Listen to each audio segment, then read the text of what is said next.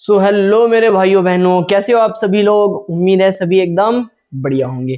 तो स्वागत है आपका फिर से हमारे आज के इस नए लेक्चर में। और आज का ये लेक्चर इतना इम्पोर्टेंट है कि आपको इसे समझना इतना आवश्यक है कि ये चैप्टर जो है हम पढ़ने वाले हैं, चैप्टर 4, जिसे हम बोलेंगे उपसंयोजन यौगिक, ये लगभग 6-7 नंबर का पेपर में आता है।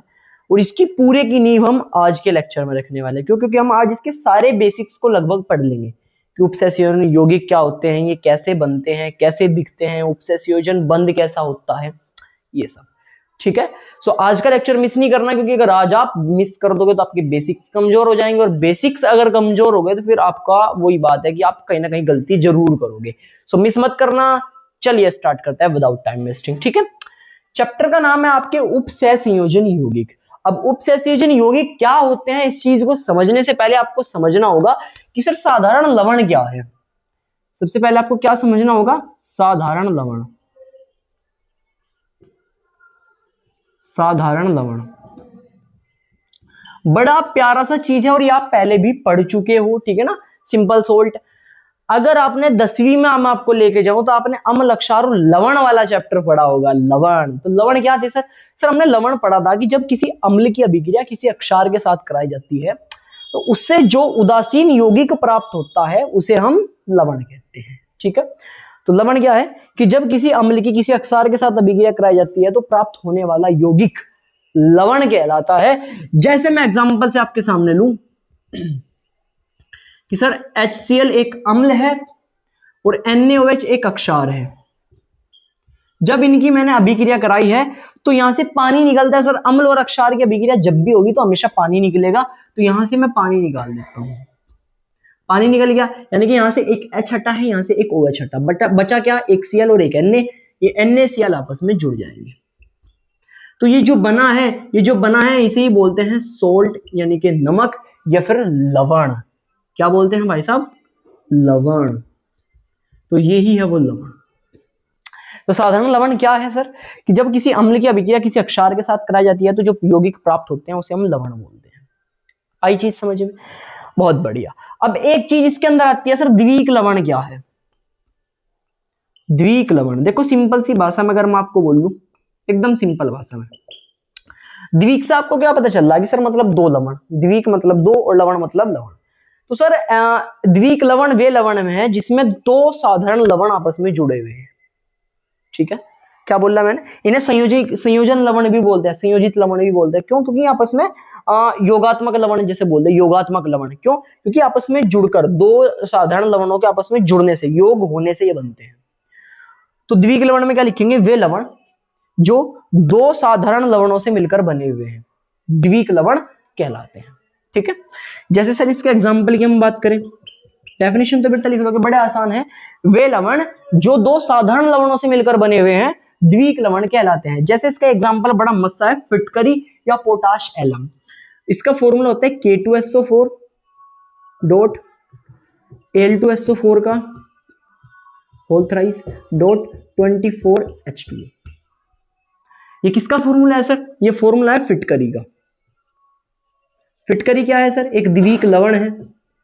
रासायनिक नाम लिखे तो पोटाश एलम, पोटाश एलम।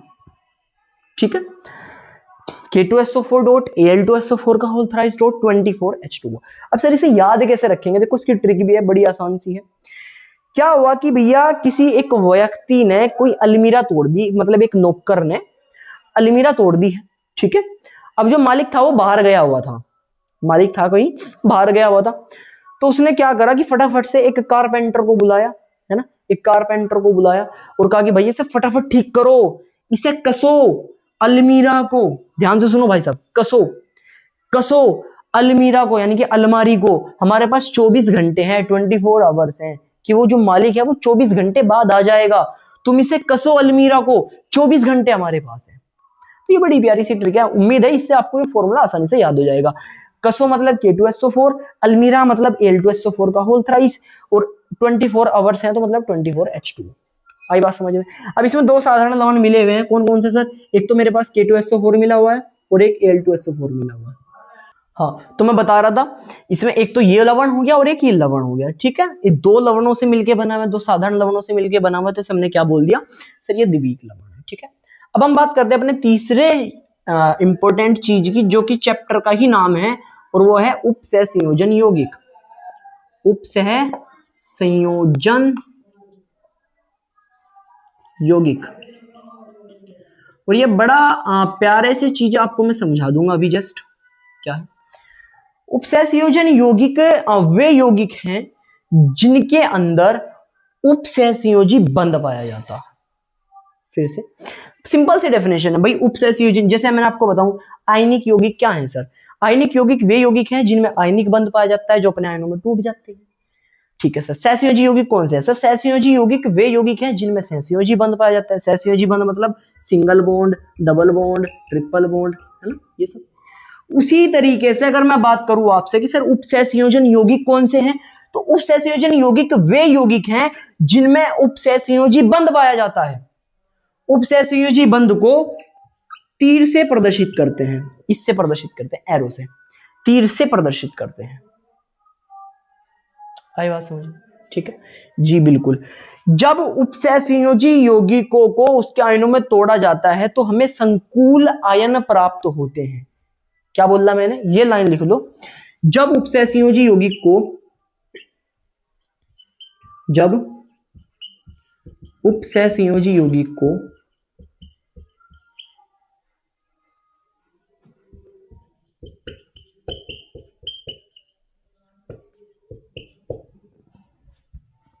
जल में आयनित किया जाता है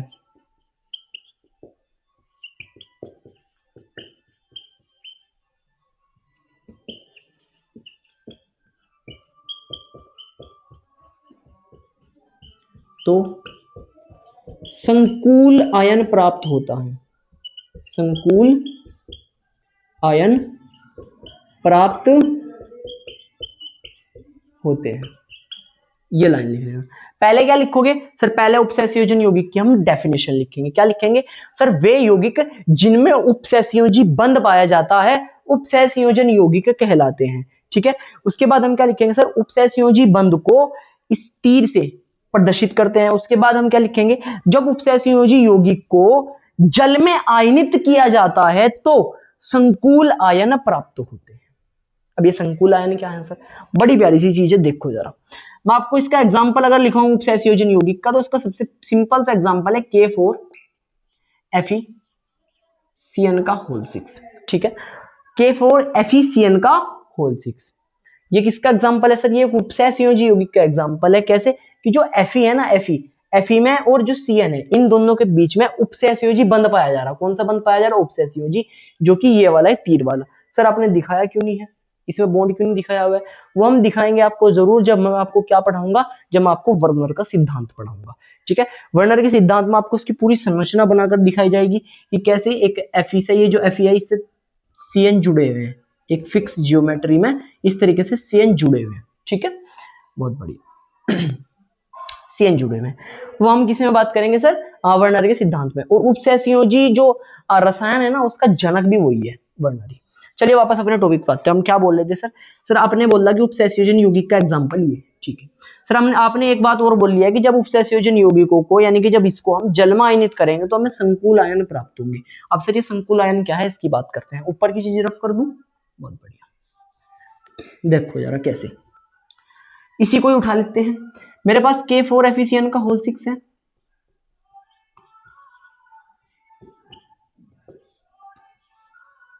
ठीक है,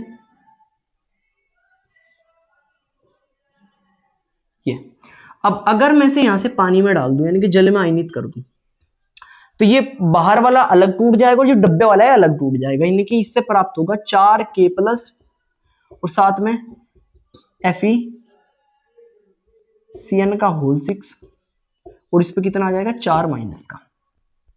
तो ये जो आपको डब्बा दिख रहा है ना, ये डब्बे के अंदर दिख रहा है, और इस पे चूंकि आयन है, इस पे माइनस आया हुआ है, तो इसे ही बोलते हैं संकुल आयन। इसे ही क्या बोलते हैं? संकुल आयन। ये आगे जाके पानी में टूटता नहीं भाई, इसलिए इसे संकुल बोला जा रहा, कॉम्प्लेक्स बोला जा रहा। इंग्लिश में क्या बोल सकते हैं? कॉम्प्लेक्स। कॉम्प्लेक्स मतलब जो उलझा हुआ है, जो सरल नहीं हो सकता, सिंपल नहीं हो सकता। अब ये कॉम्प्लेक्स जो है, ये संकुल जो है, इससे आगे सिंपल नहीं हो सकता। इसे आप पानी में गिर के आयनित नहीं कर सकते, इससे आगे से नहीं तोड़ा जा सकता, फिक्स है। सही बात है, ठीक है सर। तो सर जो ये यौगिक बनाया था आपने, जिसका जो K4 FeCN6 है, जो कि एक उपसहसंयोजन यौगिक है, अगर हम इसे पानी के अंदर डालते हैं तो जो बाहर की चीज होती है वो अलग हो जाती है, और जो डब्बे की चीज होती है वो अलग हो जावे। देखो जो बाहर की चीज थी, जो K4 था, वो अलग हो गया था, और जो डब्बे की चीज थी वो अलग हो गई थी। यानी कि जो डब्बे के अंदर होता है वो एक संकुल आयन होता है, वो पूरा का पूरा अलग रहेगा, उसे आप अलग से दोबारा से तोड़ नहीं सकते हो, ठीक है, पानी के अंदर मिलाकर। बहुत बढ़िया सर। इस तरीके से अगर मैं आपसे पूछूं कि K4 FeCN6 में टोटल कितने आयन हैं, कुल कितने आयन हैं, अगर मैं यहां पे लिखूं कि कुल आयन कितने हैं, एमसीक्यू में आपसे क्वेश्चन पूछा जा सकता है कि सर यहां पे कुल आयन कितने हैं। तो 4 तो पोटेशियम बने हैं और एक ये डब्बा बना है, टोटल आयन कितने होंगे, 4 और 1 5। तो सर इस यौगिक में कुल आयन 5 है, और ये मेरे हिसाब से इस पे स्टार लगा लीजिए, हो सकता है कि आपके एमसीक्यू में क्वेश्चन पूछा जाए। ठीक है बात, बहुत बढ़िया सर। तो सर K4, इसे अच्छे से बना देता हूं, क्या मस्त रंगीला बना हुआ है।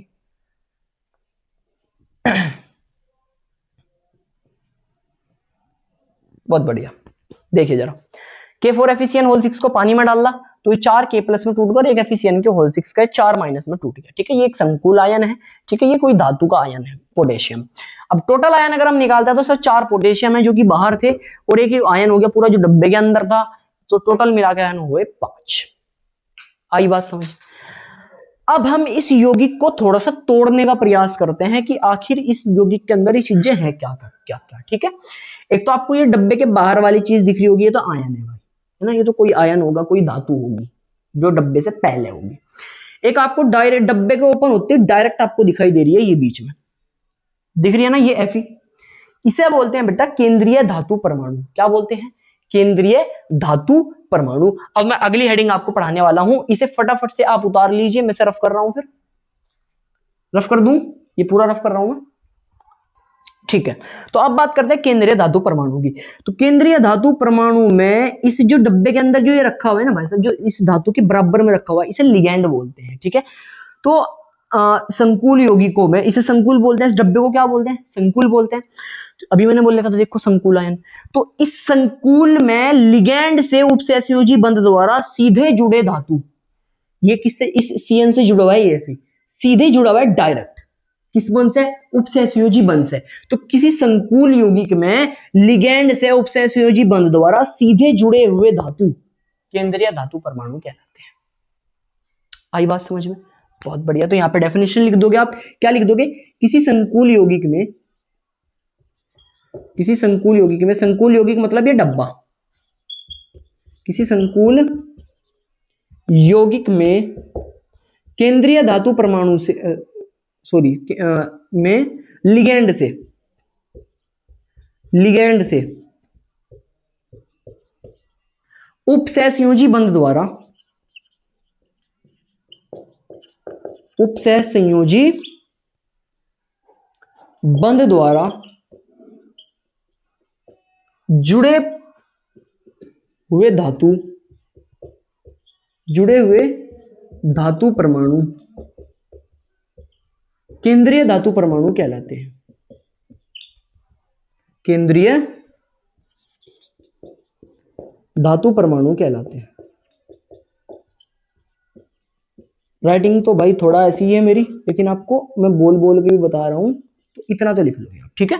तो केंद्रीय धातु परमाणु क्या है सर, ये जो बीच में रखा हुआ है इसे हम बोलते हैं केंद्रीय धातु परमाणु।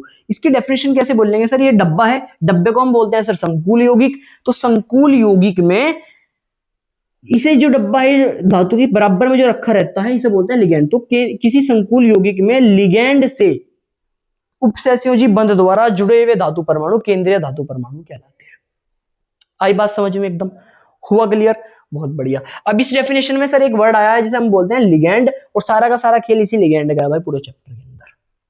ये लिगैंड लगभग हमारा एक लेक्चर और लेगा, नेक्स्ट वाला पूरा का पूरा इसी से रिलेटेड रहेगा। आज मैं आपको इसके डेफिनेशन में रहता हूँ, फिर इसके टाइप्स भी बताऊंगा। अगर आप लिगैंड समझ जाते हो तो समझो ये चैप्टर समझ गए, अगर ये लिगैंड समझने आया तो भैया चैप्टर भी आपको समझ नहीं आने का, जो बात सच है वो सच है, ठीक है, बहुत बढ़िया सर। अब बात करते हैं सर लिगैंड की, कि आखिर लिगैंड क्या है।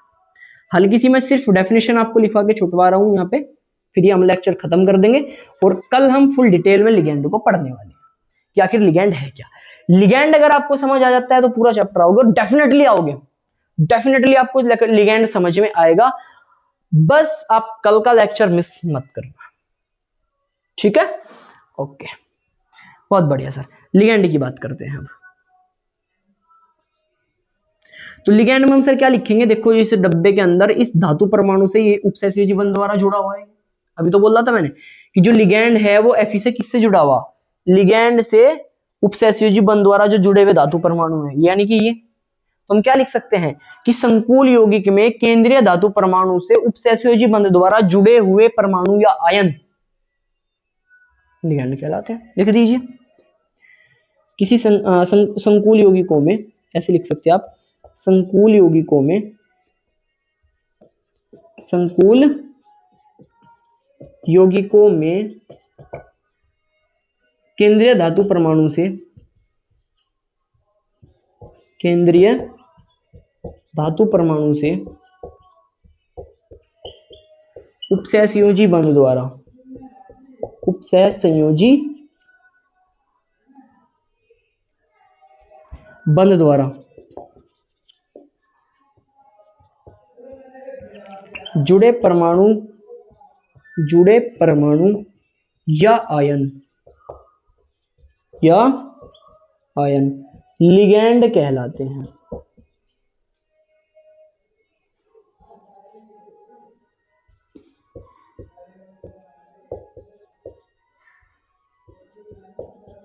बहुत बढ़िया, एकदम आपको इसके एग्जांपल भी लिखवा देता हूं, ठीक है। जैसे कि F हो गया आपका, है ना, F माइनस हो गया आपका, और Cl माइनस हो गया आपका, और आपका Cn माइनस हो गया, ATC आदि। 3 लिख लो, बाकी मैं आपको कल के लेक्चर में सारा का सारा एक्सप्लेन करूंगा पूरा, ठीक है। इनके पार्ट्स को भी, कि एक दंतुकता का लिगैंड, दो द्विदंतुकता का लिगैंड, त्रिदंतुकता का लिगैंड, तो वो सब हम खत्म करेंगे कल, ठीक है।